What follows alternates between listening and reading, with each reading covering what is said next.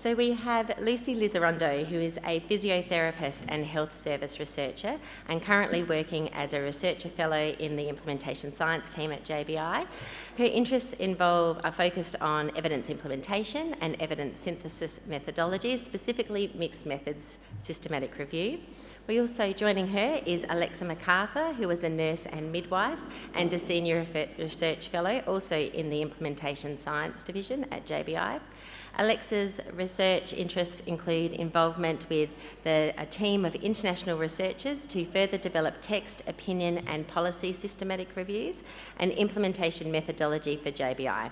She is currently undertaking her PhD, which we're all excited to hear about, and which is focusing on the development of pragmatic quality indicators for evidence implementation. Their presentation will be titled Keeping Pace with Evidence Implementation, so please join me in welcoming them to the stage. Thank you.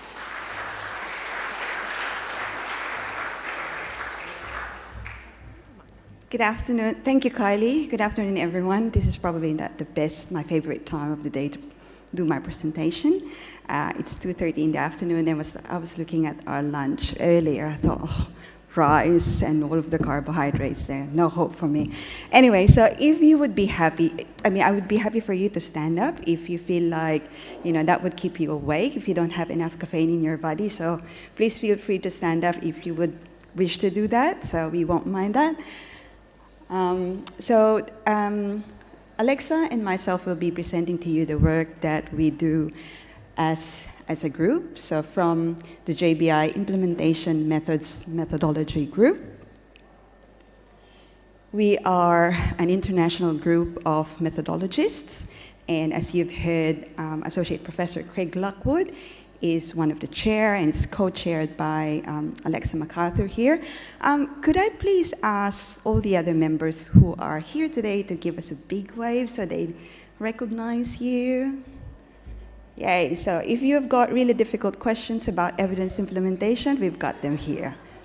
So our group conducts studies, obviously, around evidence implementation. So you all know that evidence implementation is a complex undertaking, and for it to happen, you need to provide support, training to develop skills, and a whole range of resources and tools. So we conduct our studies because we want to develop practical methods, resources, as well as tools to help the implementers. Usually we target health professionals or clinicians so that they can then navigate the implementation landscape. So before we present to you the work that we have recently completed and the one that we're working on at the moment, I thought I'll set the scene first. So I know many of you have seen this before, but for those who haven't, so the very colorful figure on my left is the JBI conceptual model of evidence-based healthcare, which is a cyclical process. Global healthcare needs, which are identified by health professionals or patients and other consumers of healthcare, are addressed through the generation of evidence, and once evidence is generated, it needs to be collated, appraised, and then synthesized to make it more digestible for implementers. And then that needs to be transferred to the healthcare delivery settings and into the hands of health professionals so that they can then implement that in clinical practice, which is evidence implementation. And that's the orange wedge. Now, our implementation methods group developed another model, which we love doing. And that model on the right side is a process model, if you like. So we call it a JBI's approach to evidence implementation. It consists of 7 phases. We numbered them, but definitely we're not referring to a linear approach. So those are the key steps or the key processes involved in evidence implementation. And that helps operationalize what evidence implementation looks like in clinical practice. Now, the work that we will be presenting to you today, you can see the pebble of knowledge in orange. Core to evidence implementation are context analysis, facilitation, and evaluation of practice and outcomes. So the work that we're presenting today is focused on facilitation and evaluation. So our flagship program, for those who do not know yet, for evidence implementation is our evidence implementation training program. So that's a 6-month program where at the start of the program, we provide intensive training. So that's 1 week of intensive training to teach the participants about evidence implementation, the different theories, models, and frameworks. We teach about clinical leadership, audit and feedback, getting research into practice that Craig spoke about earlier, as well as the use of a software that they can use to do audit. So we call that PACES. So we do that during the first week. And then our participants, who are most of the time they're health professionals and clinicians, they go back to their clinical setting, conduct an evidence implementation initiative on a problem that they have identified in their clinical setting. And then after 6 months, hopefully they have specific outcomes that they can then present. At the end of the 6 months, they go back to us, do another week, but this time around focusing on developing ways to disseminate the findings of their project, as well as writing up their implementation project reports. Now, with that program, we provide a lot of facilitation. So as Alex and myself and Craig are trainers for this program, and a lot of you here today are also conducting this training. We provide a lot of facilitation support, and the people who actually do the training, who are the clinicians, when they conduct their evidence implementation initiatives in their own clinical settings, they also do a lot of facilitation. So when you look at the literature around evidence implementation, it's actually defined by Jill Harvey and Alison Kitson as anything that makes it easy for others. So it's both a role and a process. So if it's a process, it's facilitation. If it's a role, it's facilitator. But people tend to use different terminologies to refer to that role. So Maureen earlier spoke about knowledge brokers, and then you could see all other terms that have been associated with facilitation. In fact, Lisa Cronley and her colleagues, back in 2017, they did a scoping review to identify all the roles that have facilitation strategies in them, and you can see all of those terms in the slide. No, it doesn't really matter what term you use, as long as you make it easy for others. But at JBI, we specifically call it facilitation or facilitators. When you look at the literature around facilitation, you would know that there's quantitative evidence around its effectiveness. So we know that facilitation is an effective strategy for evidence implementation, particularly in primary care and chronic disease management. Where it's lacking, though, is the qualitative exploration of facilitation as an evidence implementation strategy. You will find a lot of primary studies around the experiences of those who have provided facilitation and who have received facilitation, but they have not been collectively examined. And in order to optimize the outcomes of facilitation, you need a more comprehensive understanding of how facilitation works and the nuanced experiences of those people who actually provide facilitation and those who receive it. And that's what we did. So we identified specific questions. So we focused on those gaps. So we have a lot of things to do still around facilitation. There's still a lot of unknowns, but we focused on the exploration of the experiences of individuals who provide facilitation. So these were our research questions. So we wanted to know what are the key elements of facilitation that are perceived to have the greatest impact on. We included quality improvement and evidence implementation. We also wanted to know what the challenges are that are associated with facilitation. And then lastly, determine factors that can influence its perceived effectiveness. we did a systematic review to address those questions. And obviously, we used the JBI methodology for qualitative systematic reviews, and we were able to identify 36 studies that focused on the experiences of individuals who provide facilitation as a strategy for evidence implementation or quality improvement.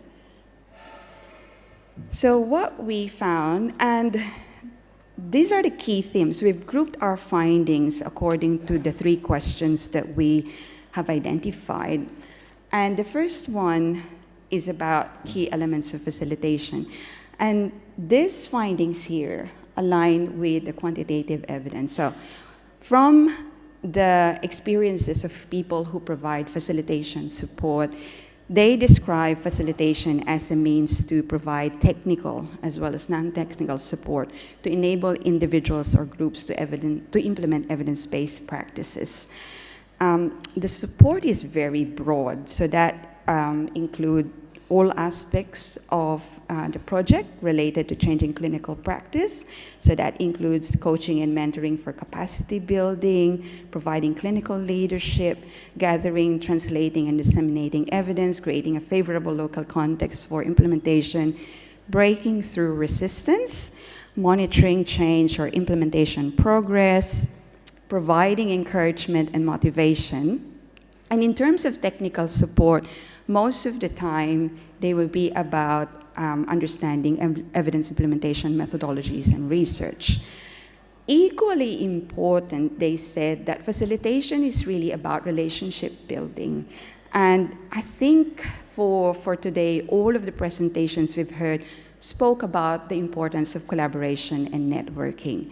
So one of the important activities or responsibilities or strategies that facilitators do is to actually build those relationships.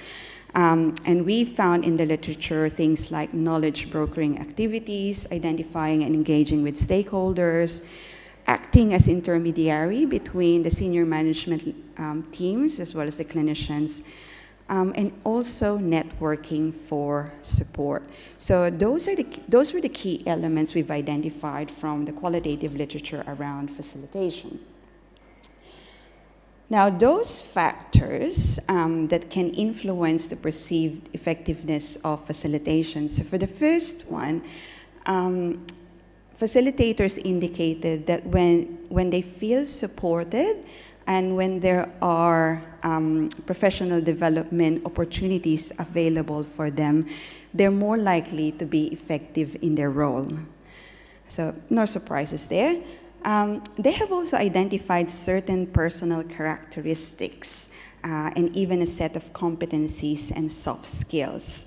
One of those is organizational and interpersonal skills.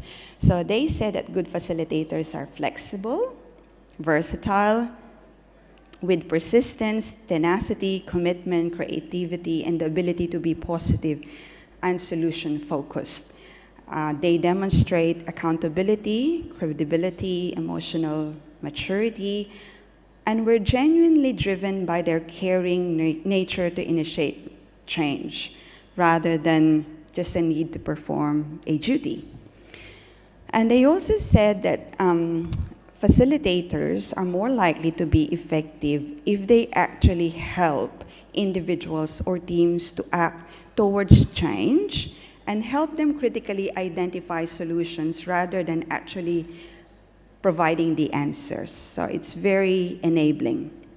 And then lastly, as you probably would expect, contextual features of the organization can influence the outcome of their facilitation support. So they all agreed that there are, I got lost there. Workplace issues and condition, for example, heavy clinical workload, that can be a constraint to their effectiveness as a facilitator. They also felt that for practice settings, when there's generally a positive attitude towards evidence-based practice, they're more likely to be effective.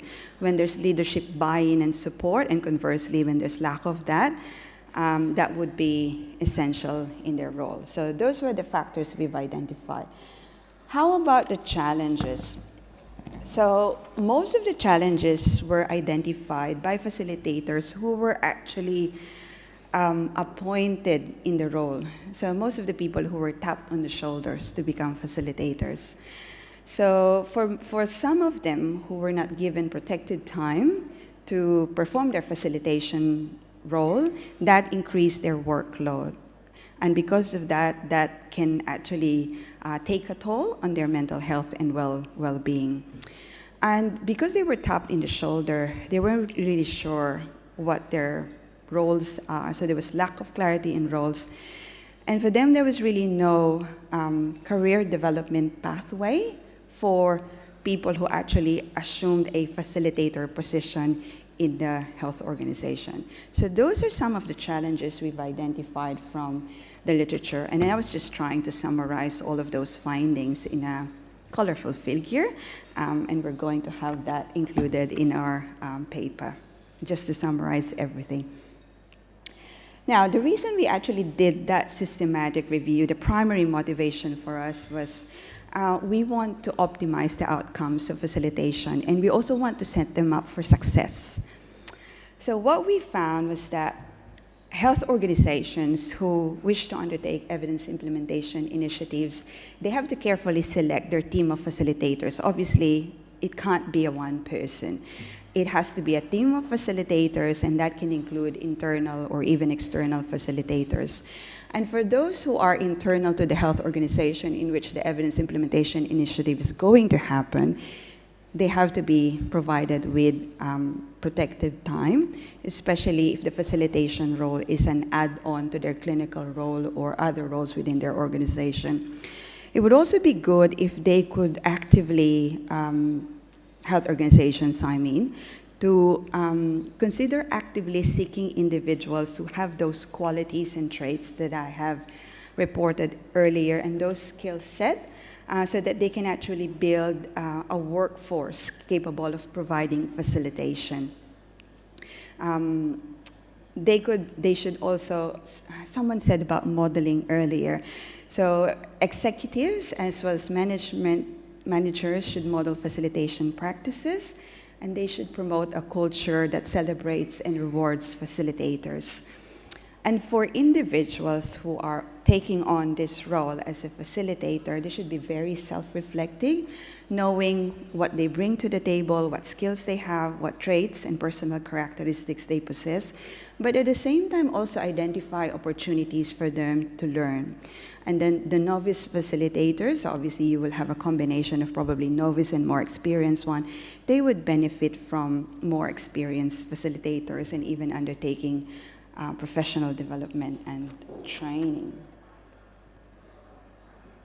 That's actually the end of my bit. I'm going to ask Alexa to come up.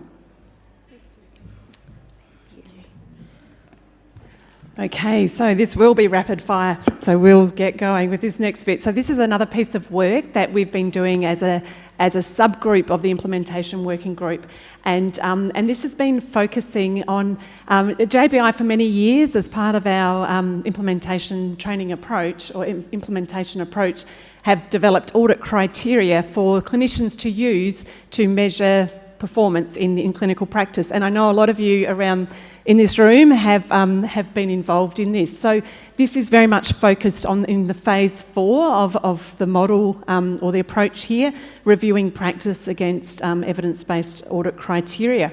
So I just want to paint a very brief scenario here, and I'm sure any of you that have been involved in this type of work will have probably experienced this at some point. So currently I'm working with a clinical team at a large tertiary hospital in a burns unit. So and their current implementation project that they're working on is looking at the pharmacological pain management approach for adults with burn injury. So they're trying to standardise their approaches, they're trying to improve their approach to how they manage pain in their burn injury patients.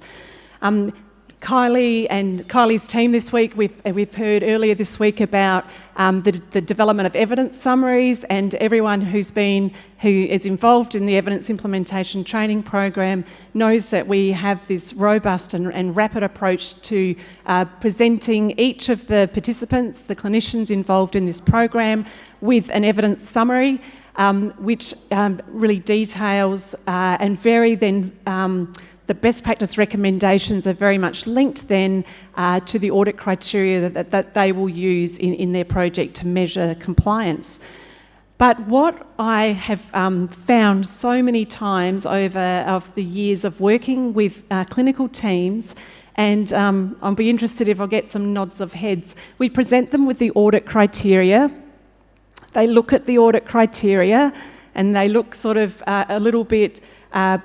They look at you and say, well, how do I know how to capture the data? How am I going to measure what you're telling me is the evidence-based audit criteria or quality indicators we should be using? And this has been something that has probably troubled me for the good part of 10 years. So finally, I'm trying to do a little bit of extra work around it.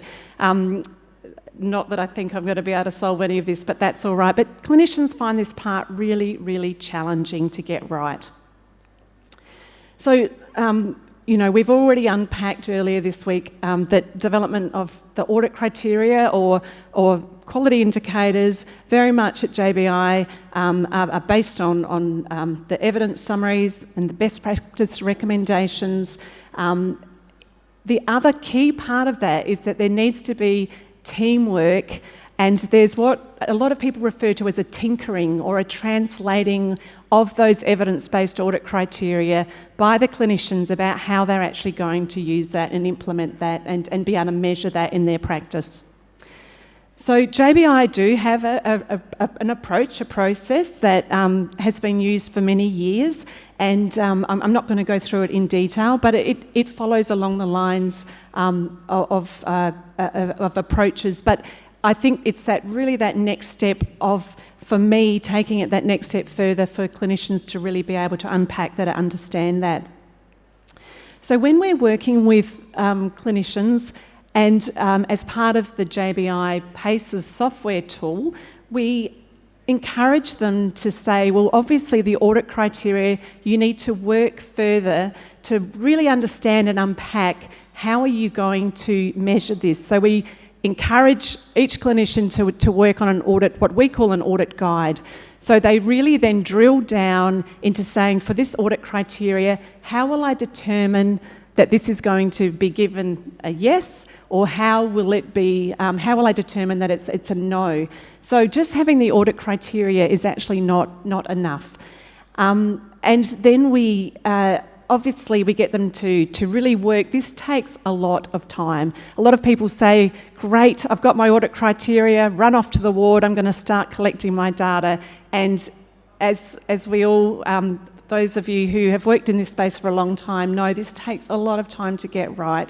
So we always strongly encourage them to do a pilot test and then to feedback those results from the pilot test with their team to further work on that. And so there's a lot of work to do before they actually even really make that start of actually collecting the data for their baseline and then their follow-up audit.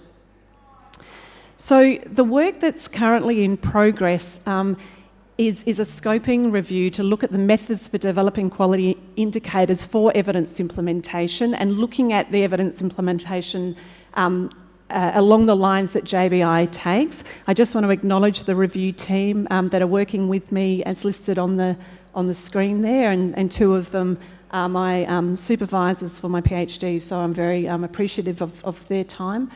And so data collection or the data extraction is in progress at this point, so this is just some initial results. But it really highlights, and anyone who's worked in this space for any number of years will realise this, the complexities in the field, the way that people use terminology and definitions, how methods of quality indicators or audit criteria, how they're actually even developed, and then that translation process or the tinkering of the recommendation into the quality indicator. And and stakeholder engagement. So these are all parts of the scoping review. And Danielle, you'll be pleased to know that it definitely is a scoping review because we're looking at the characteristics of all of these things. So I was glad with your talk today. So some of the just very initial results just to present at this stage, and they're broken into two parts. So there's the development phase of the quality indicator and then the implementation phase. And I just wanted to, on this screen, just looking at the development phase. So none of you will be surprised that there is a whole lot of terminology used. So JBI have always used, we've always talked about audit criteria, quality indicators, performance measures, performance indicators. So where do we fit within that? Are we talking about the same things or are we talking about completely different things? So many of the papers that we've been doing data extraction on, they actually use the same term, but they're talking about different things. Other papers are using different terms, but they're talking about the same things. So it's really interesting to unpack that. Most of the papers do use a conceptual approach or a framework of sorts. And then things around their criteria or their process for how they actually select indicators.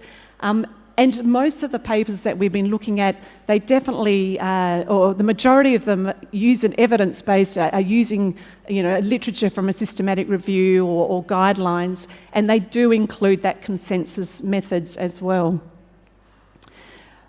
But one thing that has been increasingly highlighted, and this is what I guess I was trying to allude to in that first slide, is that it is more than audit criteria that is required. So there's been some quite a bit of recent work trying to align that you would have a quality indicator or an audit criteria statement, and that's really the construct that's used to guide the statement, but there needs to be that next step of giving information around the measurement. How will that be measured?